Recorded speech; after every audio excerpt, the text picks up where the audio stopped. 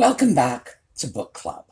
Now, I know you can see the ring light reflected in the bookcase over my shoulder.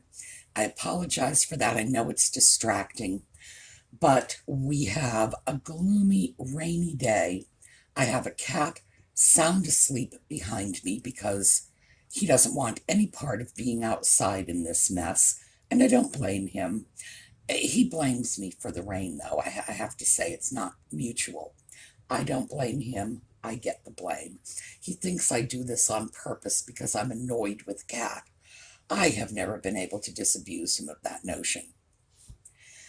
Today, we are going to start in on our next two books, and it seems to work out well for us when we do two books together. Gives us an opportunity to compare and contrast.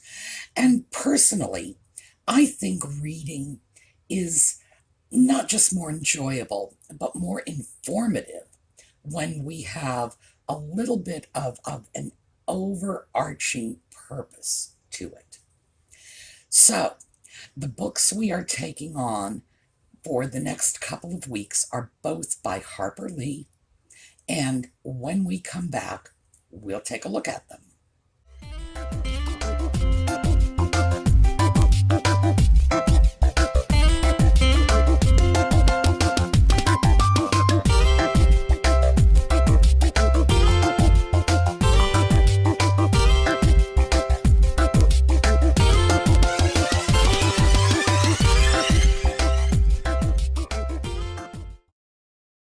Well, the first of our two books is To Kill a Mockingbird.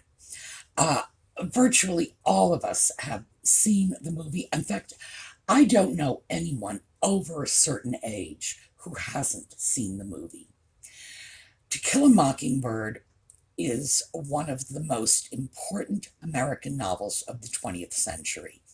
It was a wonderful piece of work on life in the South. People have called it a coming of age story. It's about race relations.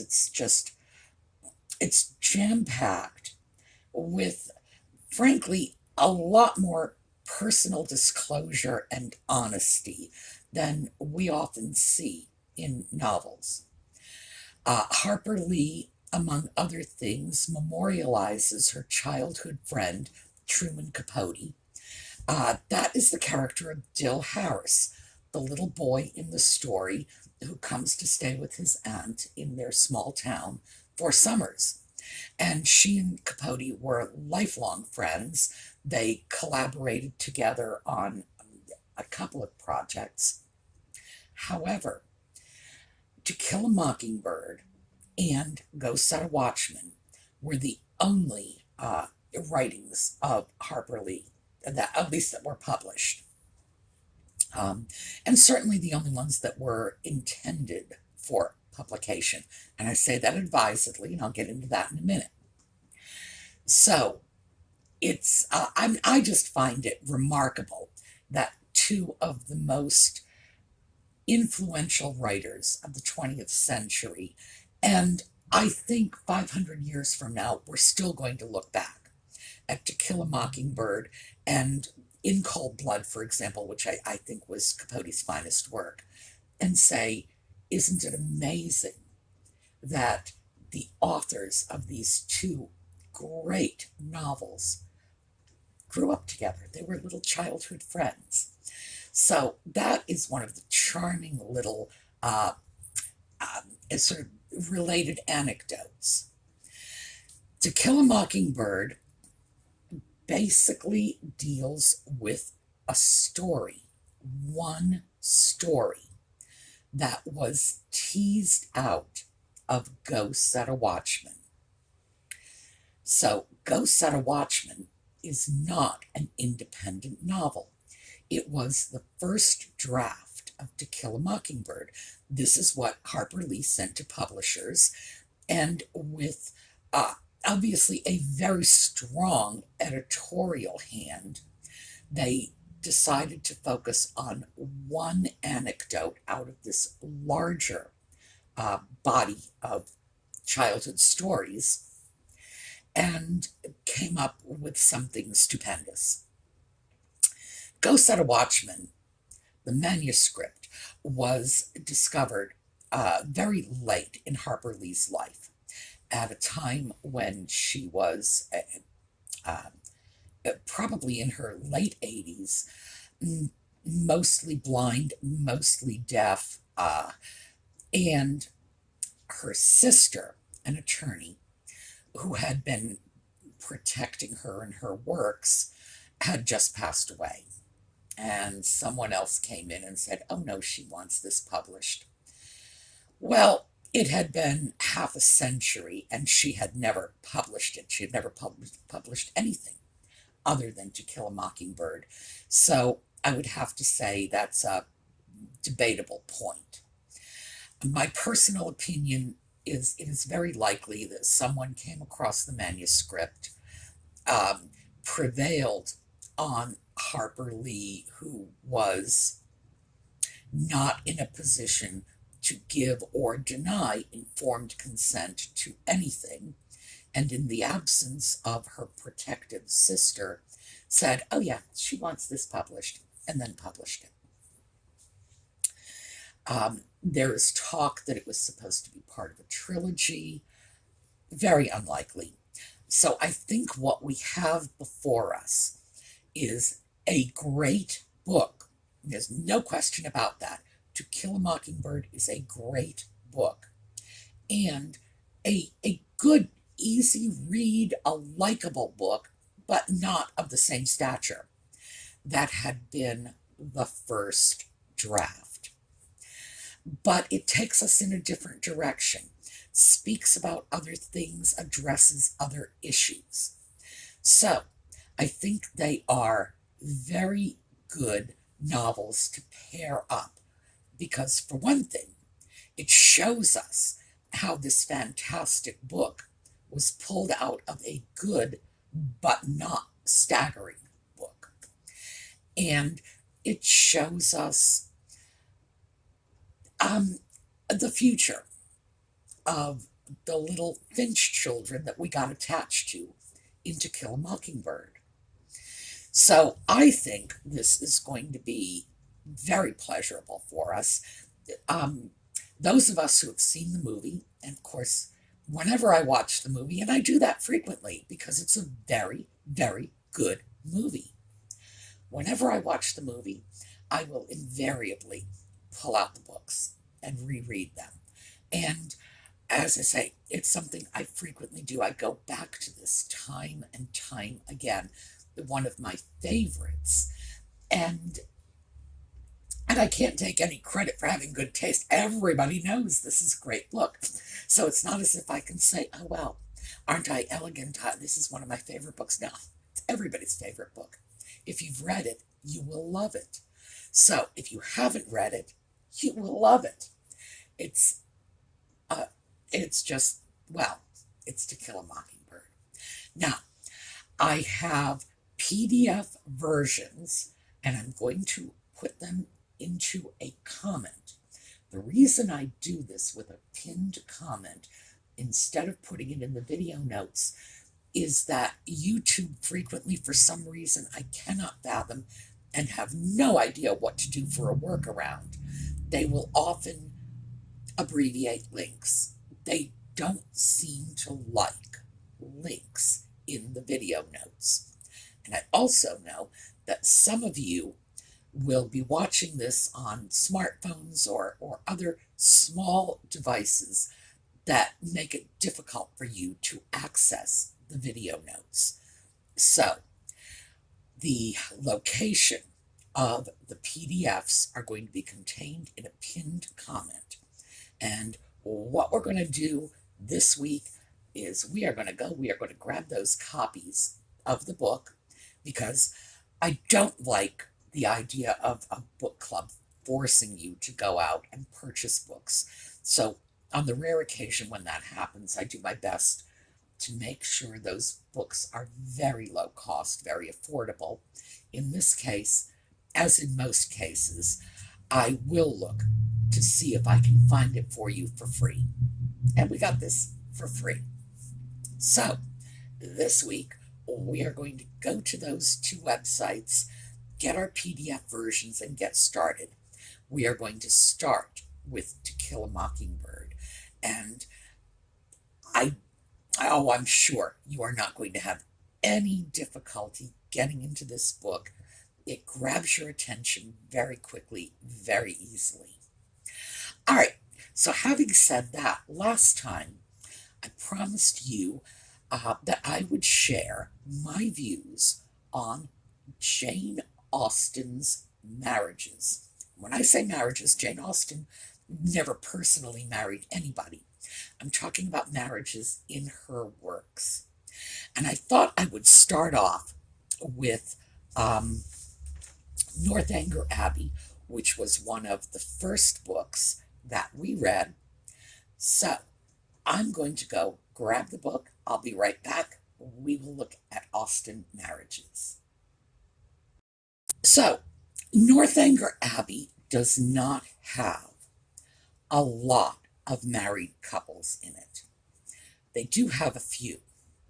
And this is good because I have to admit, the reason I wanted to do this is because I came across a YouTube channel with a scholar, and this is a scholar, who was talking about Austen marriages in such a way as to lead me to believe that she wasn't really all that familiar with Austen.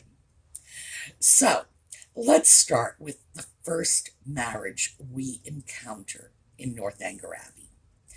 And this is Catherine Morland's parents, Mr. and Mrs. Morland. And Mr. Morland is a clergyman. He has a considerable independence plus 2 good livings, which means they are a wealthy family. They are a retired country family, as we know. They practically live in the shadow of Stonehenge. They don't go anywhere. They don't do anything. Catherine is one of 10 children. She's happy. Her siblings are happy. The family is happy. Her parents are happy. This is a storybook life off in the country. Catherine says, I have always lived in the country. I have always been happy there. So we know from Catherine and from our brief exposure to Mr. and Mrs. Morland that this is a good marriage. The Morlands are plain, simple people. Their approaches to wit are, on her mother's side, a proverb, and on her father's side, an occasional pun. They're common folks' good sense. In addition to that, they have 10 children, which means that although we can assume they are attached to each other, they have similar temperaments, similar tastes for country living, for a lack of society. They're retired people. And by that, I do not mean they've left their jobs. I mean they lead retired lives in the country. They're not city folk. But the 10 children tell us that, they're sparking each other's flames a little bit too. So, good marriage on every level you can judge.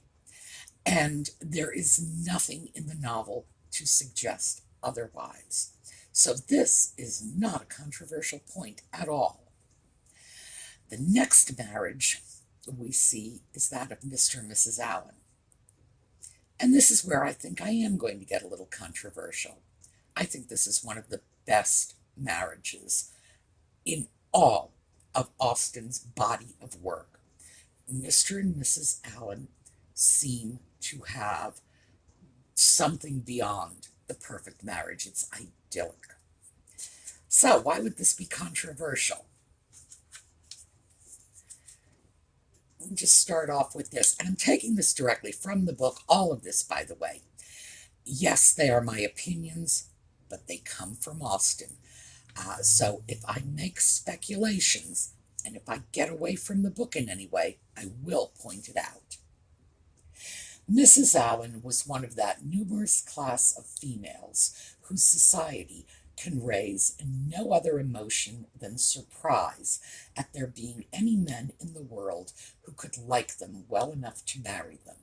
She had neither beauty, genius, accomplishment, nor manner. The air of a gentlewoman, a great deal of quiet, inactive good temper, and a trifling turn of mind were all that could account for her being the choice of a sensible, intelligent man like Mr. Allen.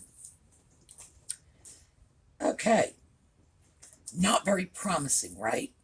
Well, she has one other personality trait that shoots her up to the top of the list when you talk about perfect wives. So let's take a look. Mr. Allen, this is later in Bath when Catherine has been invited out for a carriage ride with John Thorpe and she declines. And Mr. Allen says, I am sure Mrs. Morland would not be pleased. Mrs. Allen, are you not of my way of thinking? Do you not think these kinds of projects objectionable? Well, Mrs. Allen, who is rather empty-headed and has absolutely no idea what he's talking about, nevertheless, yes, indeed, very much so. Oh, no, yes, very much so indeed. Open carriages are nasty things. A clean gown is not 5 minutes' wear in them. You are splashed getting in and getting out, and the wind takes your hair and your bonnet in every direction. I hate an open carriage myself. I know you do, but that is not the question. Do not you think it has an odd appearance if young ladies are frequently driven about in them by young men to whom they are not even related? Yes, my dear, a very odd appearance indeed. I cannot bear to see it. So Mrs. Allen has not understood her husband's point. She's missed it completely. Still, she's right there with him. Oh, yes, they're very disagreeable, these bad open carriages. He brings her back to the point, turns on a dime. She just, bang. Everything about her dress and her hair is forgotten. Oh, yes, very objectionable. I cannot bear to see it. This woman is the very definition of a supportive wife. Anything Mr. Allen says is, well, let's go in here where we can, Austin will tell us. Mr. Allen expressed himself on the occasion with the reasonable resentment of a sensible friend, and Mrs. Allen thought his expressions quite good enough to be immediately made use of again by herself. Whatever her husband says, what comes out of his mouth 1 minute comes out of hers the next. Absolute, total support. Mr. Allen could be pushing orphans off a cliff, and his wife is just going to stand there and say, "Well done, my dear." This is a character trait that, in terms of value, in maintaining a tranquil and happy home, is certainly more than enough to outweigh a lack of beauty or genius or taste or whatever it is she doesn't have. Mrs. Allen, for whatever her deficiencies are, is the absolute embodiment of marital supportiveness. Anything coming out of her husband's mouth is like a gospel dropped down from on high to her. And it makes it very easy to understand why a sensible, intelligent man like Mr. Allen would choose her and, in fact, be happy with her, have a good life with her, because whatever oppositions or discouragements or petty annoyances he might find out in the world, he's not finding them at home. At home, he finds nothing but a wife who has his back no matter what.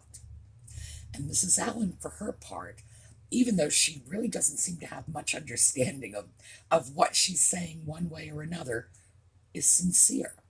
There's no insincerity in this. This is not something she's doing to placate or humor her husband.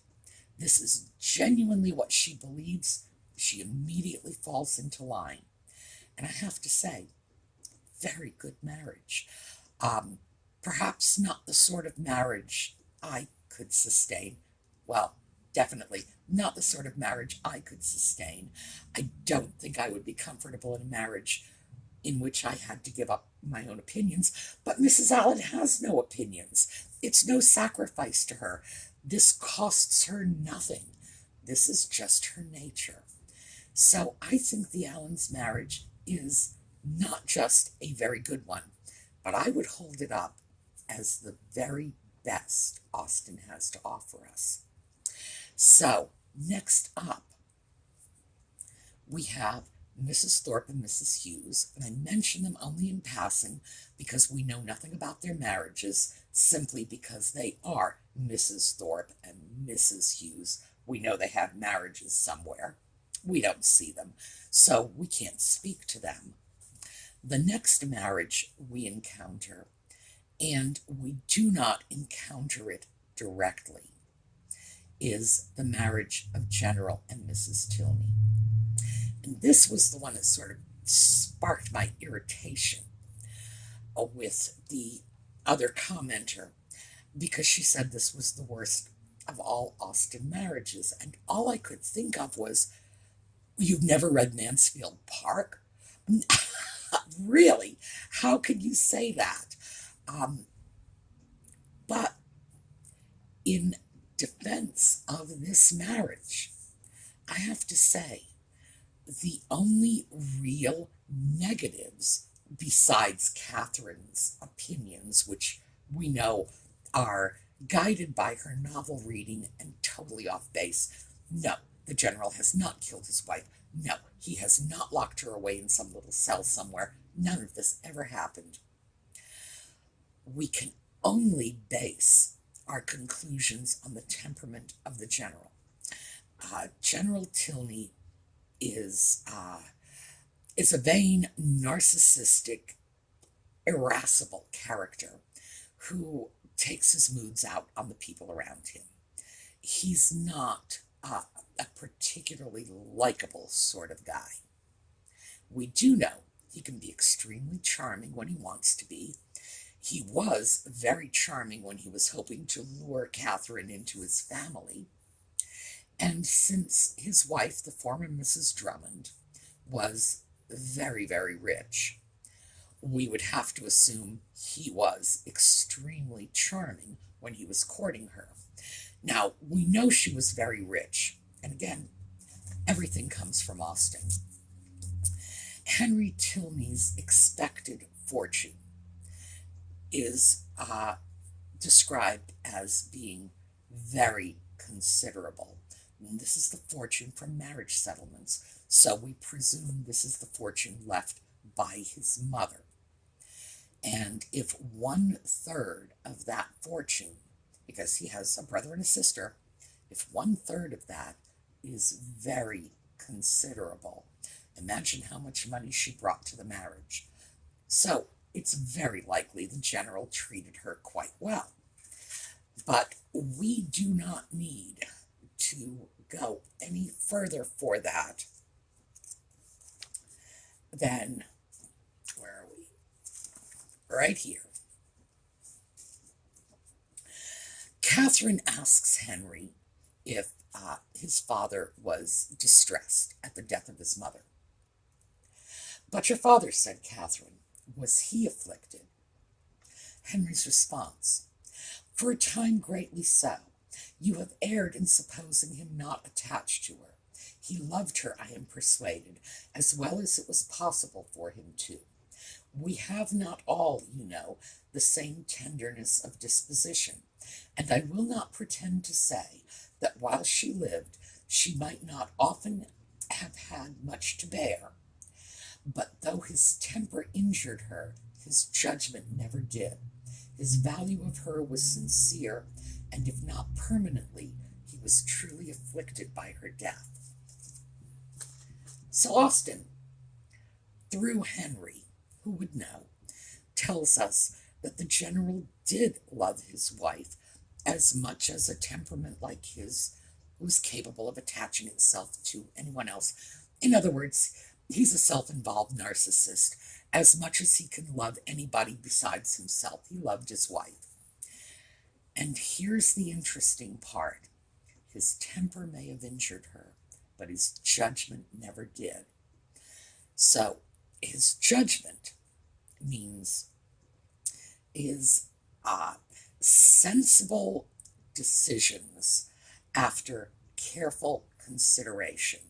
In other words, a person of judgment considers matters and makes sensible decisions.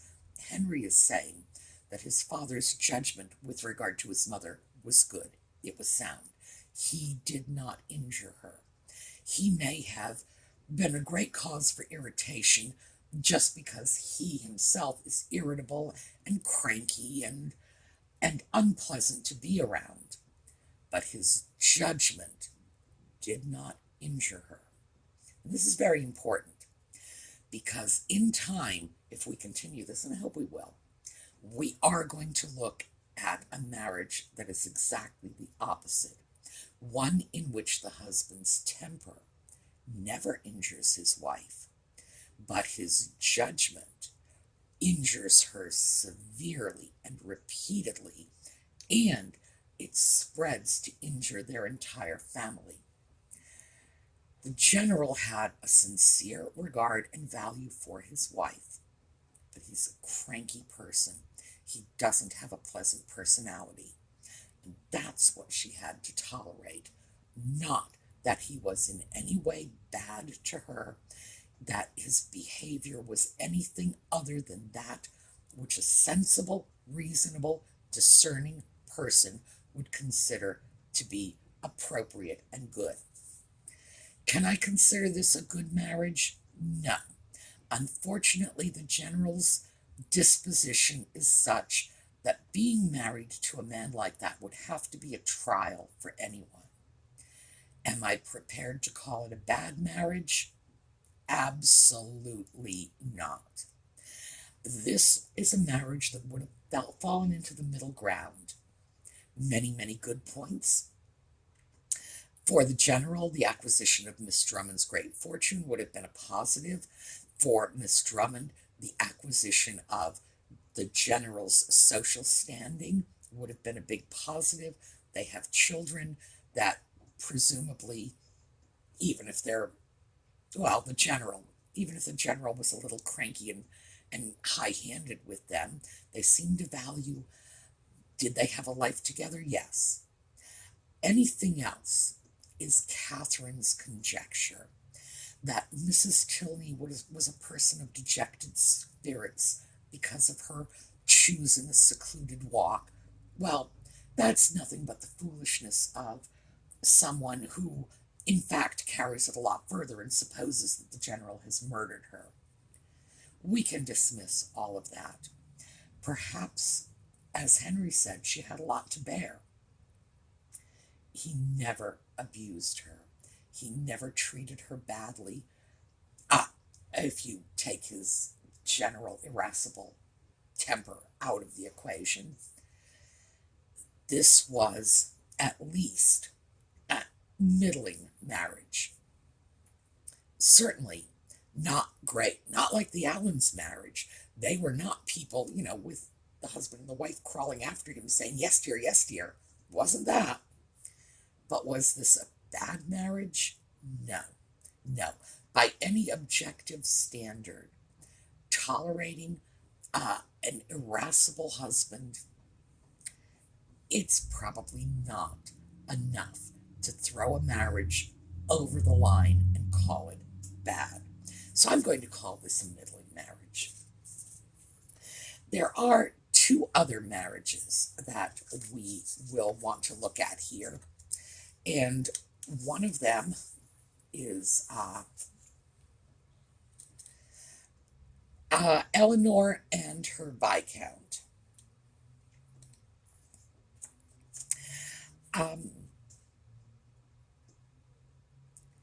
I know no one more entitled by unpretending merit or better prepared by habitual suffering to receive and enjoy felicity. That is our author's view on Eleanor. Um, Her husband was really deserving of her, independent of his peerage, his wealth, and his attachment, being to a precision the most charming young man in the world. So that's what we have on the marriage of Eleanor to her young Viscount. And as the author points out, and I would extrapolate on that a little, Eleanor was very well prepared for marriage, having tolerated her father, patiently enduring his moods, his temper tantrums. It's probably going to take quite a lot to make Eleanor discontented with her own marriage, makes her very likely to be accepting of a lot and still count herself lucky. So I would say yes, this bodes well. This, in fact, could, in time, although we don't see it, turn out to be a great marriage. But it is, at the outset, at least, good. The final marriage, and this, again, is one we don't see, is that of Eleanor and Henry. Catherine and Henry. Eleanor and Henry, no, that would be against the law. Even in England, where they marry their cousins, they don't marry their sisters. Catherine and Henry's marriage is one that starts out well enough. The author tells us that Henry's attachment to Catherine was prompted by his awareness of her attachment to him, that he had not, in fact, singled her out for any particular special attention until he realized that he was the object of her affections. Interesting. Not sure what that means. What we do know is, oh, by the way, I do know what that means, I mean, in terms of what I am saying, what that means in terms of their future. Henry is Catherine's superior in age, in fortune, in education, in sophistication. And Henry, at another point in the book, describes her as a good-hearted young woman who is ignorant with a teachable disposition. And, this, well, Henry doesn't, the author does. And we assume that is part of the attraction. She is a good-hearted young woman.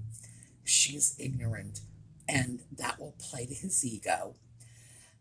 The author doesn't say that, but we assume.